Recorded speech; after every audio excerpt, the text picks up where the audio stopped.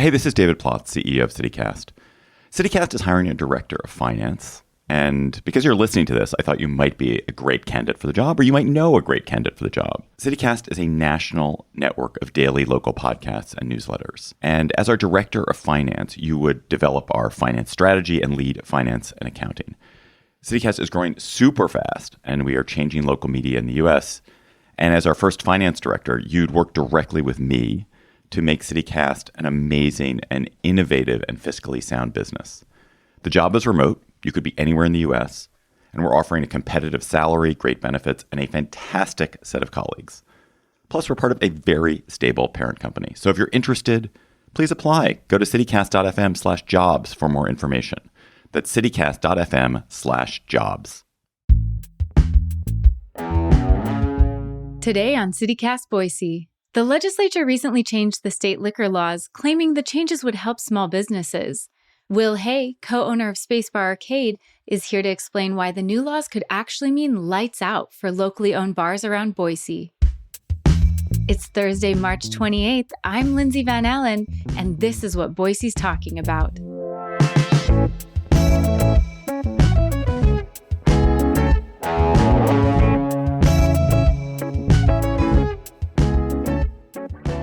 All right. Well, hey, Will, I'm so excited that we have you here to break down Idaho's new liquor licensing laws. I know that this has been an unbelievably frustrating situation for you, and we're absolutely going to dive into that. But first, take me back to how the liquor license system used to be. How did it work for you as co-owner of the Space Bar before this new law? Okay, well, the quota system was put into place in 1959, and they allowed 2 licenses for every incorporated city, with another license after 1,500 people grow into that city. So every 1,500 people, another license was issued. Along the line somewhere, they figured out that the supply was low, the demand was high, and they decided that they would allow the license to become property. So they were letting people sell licenses person to person, with the state taking a 10% transfer fee. And then, of course, when you allow someone to feel as though what they have is property, then they operate it as such, and they lease the license as well. Okay. So we had bad actors in our system who were not in this industry, that are in real estate or in the government, or lawyers, doctors, usually affluent people who are able to procure a license and then exploit a business for a exorbitant amount of money every month to operate a license. So that was what we had to do, because the hurdles, the barriers to entry for a bar or restaurant in Idaho are, especially in Boise. I'll just give you Boise as an example. We are currently on the waiting list. So just to clarify, just to make sure everybody understands. So you're on the waiting list waiting for the population to increase enough to be able to have another license issued. That is correct. And for that to happen, we crunched the numbers. 130,000+ people would have to move to Boise proper, inside the city limits of Boise, because each city has licenses that they issue. So that would be the number of people that would have to move to Boise inside the city limits for us to be issued our license. We started about 7 years ago on, I think, number 96 was the starting point for us. And I believe we're at number 84 now, 7 years later. That's not too much of a jump in that amount of time, and with all the growth that we've seen. Not too much, no. And then the other option would be, because they allowed these sales of person to person with these licenses, $300,000, and that is the going price for a license right now in Boise City. Wow. So that's that's a barrier to entry also that we cannot get over, because we are a small business. We are 2 local boys bootstrapping. So we are unable to get over that hurdle. And then the third way to do it was to be able to lease a license. And so at that time, someone found us and said, hey, we heard you were wanting to operate spirits, and we have a license that we could lease you. However, we want to run our own concept. So this will be a short-term lease. And you will be able to operate it until we are ready to operate our concept, and then we'll have to take that back from you. And we understood that going into it, but we felt like it was something that we needed to be able to pay the bills and grow the business because, it gives you creativity with spirits. And so we took them up on the offer. And in January of 2024, we operated for under a year with that license. The owner said, hey, listen, we need that license back. We're going to operate our own concept. So on the 1st of February, we're going to have to take it back. Well, we wind to the legislative session of 2023.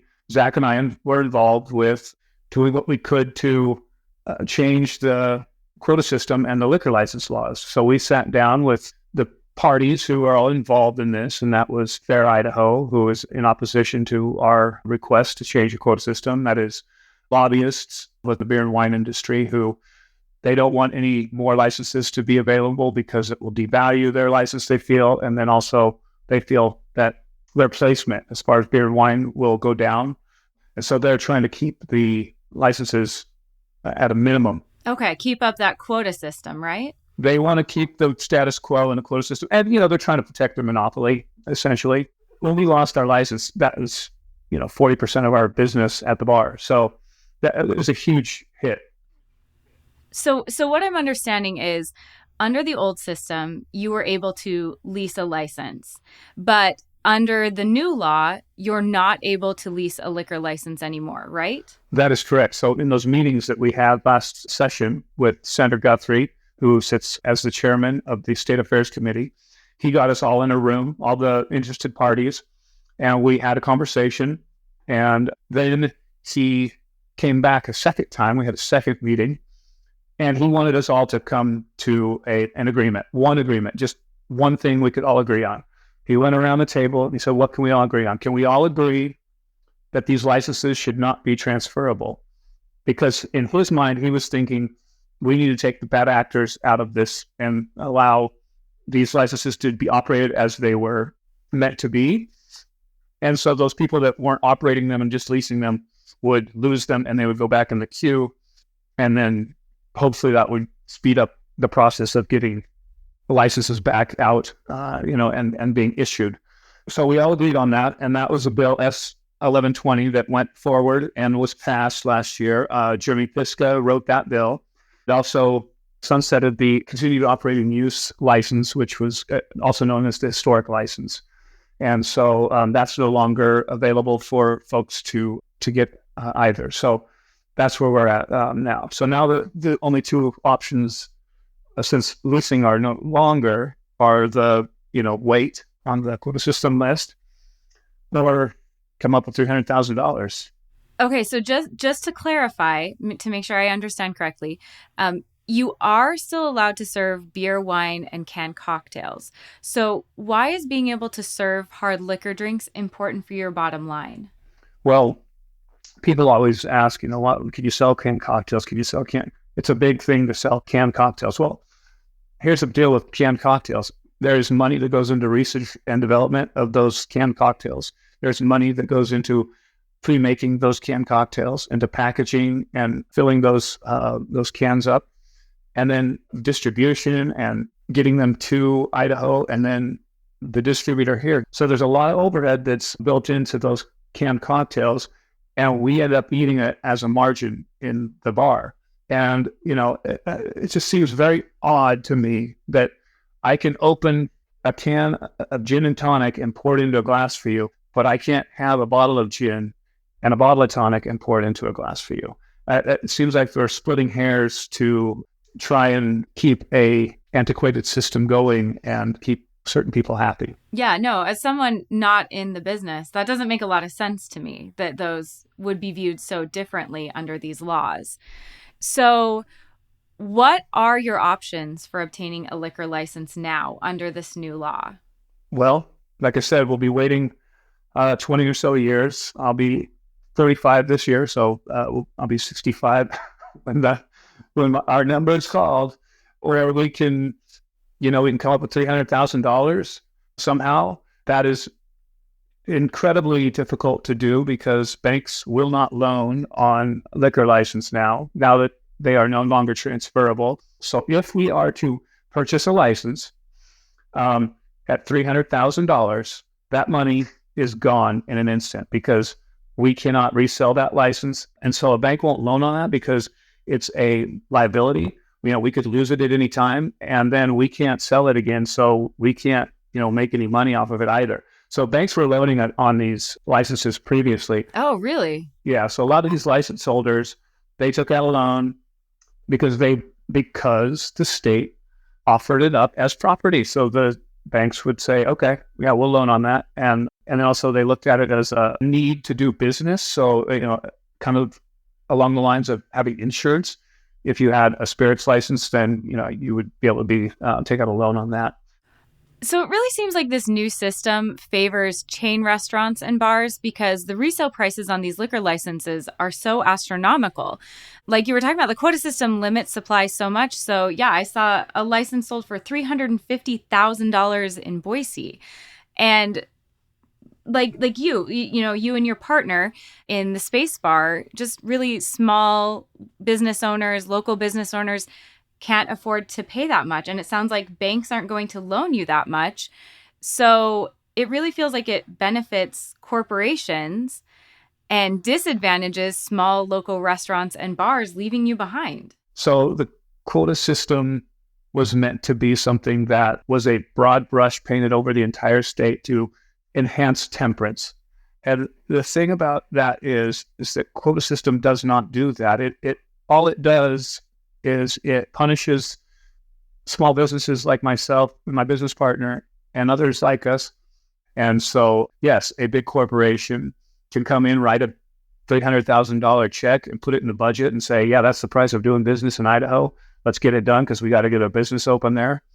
But yeah, we're being left behind. And when you're referencing temperance, when we hear the legislators talk about this and reference that in reference to these laws, they're talking about the Idaho Constitution that says that the Constitution will further all wise and well-directed efforts for the promotion of temperance and morality. So that's really, it's coming from the state constitution, right? It is. And here's the deal. I'll tell you.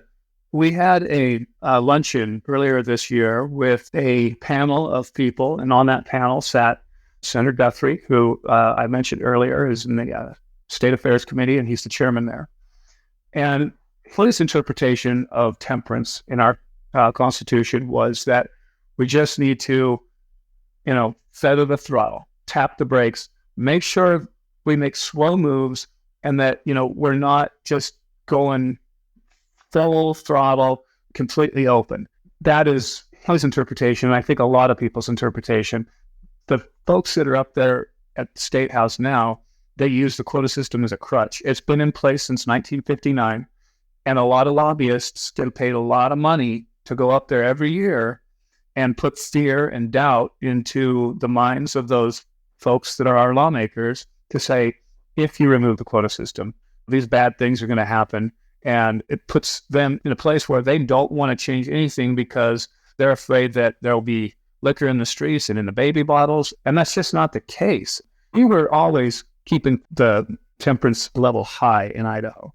Someone came along in 59 and said, no, let's throw a quota system on top of this. But here's the deal. We still have temperance in Idaho, and it can be dialed in wherever you like it, as much or as little as you like. And that's the thing we always go back to, is that Idaho's not homogenous. We have different areas where different people live and they want to see a different lifestyle. But the quota system says, no, you all are going to live one lifestyle and that's it. There are towns like Greenleaf and Middleton, both dry cities, with the exception of Middleton. They had a local election last fall and they decided to go back to wet. So now they are offering spirits in their restaurants and bars, but that's become an issue because Middleton has grown quite a bit. And now, they're having issues with people who want to open establishments to cater to their community. And they can't do that because these couple people have a liquor license and these people are not. So they're operating in a disadvantage. And that's what we're doing all across the state. We're killing the industry. And it's really disheartening as someone who has been in this industry my entire life. Yeah. And when you're talking about how different parts of Idaho are just different, if we really focus in on Boise, in 1959, when this law was passed, the population of Boise was 49,000 people. And as you said, it was written as a population-specific law. So do you think with these major population shifts and all of this growth that the liquor license quotas no longer serve the city of Boise? I don't think it serves the entire state of Idaho, and I think it should be repealed. We've come up with draft legislation that would do that slowly over time, over 10 years. It does not serve us. It's stifling business. It's stifling creativity. If you want to really look at it, it's stifling our city planning and being able to grow a community that makes sense. Because when a place like Star or Middleton or Cuna sees a big population boom because people can't afford to live in Boise, but they want to live near it, those populations grow quickly with residents, as far as homes and townhouses and condos and apartments. But they have to wait for the census to come out for licenses to become available. And so when a bar or restaurant, a third space that wants to provide a service to their community, wants to open, they're going to put pencil to paper. And when they do that, they're going to see that spirits is a must to make the margins and continue to operate year after year. You have your neighborhood restaurant, your neighborhood bar, your little bodega, your laundromat, kind of a North End style of a community. They're not allowing that to happen. So now it's just suburbs and strip malls in all those places. And as much as they say that they don't want to be, Idaho says they don't want to be Southern California, it's starting to look a lot like it. And I think, we need to start thinking more about building these communities up with infrastructure of small businesses within each community. Easter's in full bloom at Whole Foods Market with great deals on spiral cut bone-in ham and leg of lamb, both crowd pleasers. Round out your spread with quiche, deviled eggs, and delicious catering platters from Prepared Foods. Oh, and remember to pick up a Whole Foods Market bunny cake from the bakery. Strapped for time? They cater too, with delicious options available without the effort. Find hundreds of Easter deals and delights now at Whole Foods Market. Will, you said you met with lawmakers when they were crafting the new liquor law. Do you feel like your concerns were heard? It didn't seem genuine. It just seemed like they were taking recommendations and their orders from big money and lobbyists. We were told in one meeting that we knew what we were getting into when we got into this business, and that we shouldn't try and change how business is done. And that floored me. That just cut me deep, because I was 15 when I got into this business, and it wasn't until I was maybe 23 when I figured out what was going on, because I was working in a restaurant as a bartender, and I looked at our liquor license on the wall, and I saw who it was issued to, and it said Larry H. Miller, and I said, Larry H. Miller, the car dealership. And that raised flags right there for me. How could that be? And so, that was my initial entrance into this world of people exploiting the restaurant industry in Idaho. And so when our lawmaker said that to us, it was really disheartening, because we were up there every day of the session last year, making friends with the lawmakers, talking to them, telling them what we were up there for. And we're not lobbyists. We're just two businessmen who spent our own time and our own dime to do that.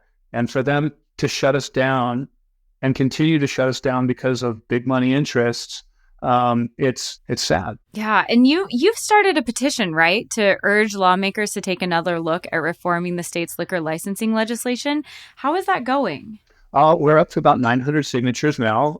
It's going good. We've been up for about a month, and we're pleased with the amount of people that has signed it. We would love to have more people sign it, of course, and we'd love to have this message broadcast further, and hopefully support Spacebar as well with our efforts to try and remove the quota system, and also just update a lot of eventually code that impacts the service industry, make it more streamlined, and make it safe for everybody and prosperous for everybody. So the big question that I'm wondering about is, what happens to Spacebar Arcade if the law isn't changed? Well, we are facing the final curtain for sure. It's scary right now, because we lost a lot of business, and we're losing a lot of business every weekend when we see folks come in and they can't get the option of spirits and that service. They walk out. They don't spend money with us. They go to someplace else that has it. So we're definitely fearful of the space bar going away, and we don't want it to go away. We have unfinished business. We feel like we'd like to continue to do the things that we like to do and entertain the community with what we do. And we have, like I said, a draft legislation that would help do that and help us get a license and help others get a license and help the whole state. We're frightened. Wow. Well, thank you so much. Thank you for explaining that process to us and explaining what is happening with local businesses and these new liquor laws. You're very welcome.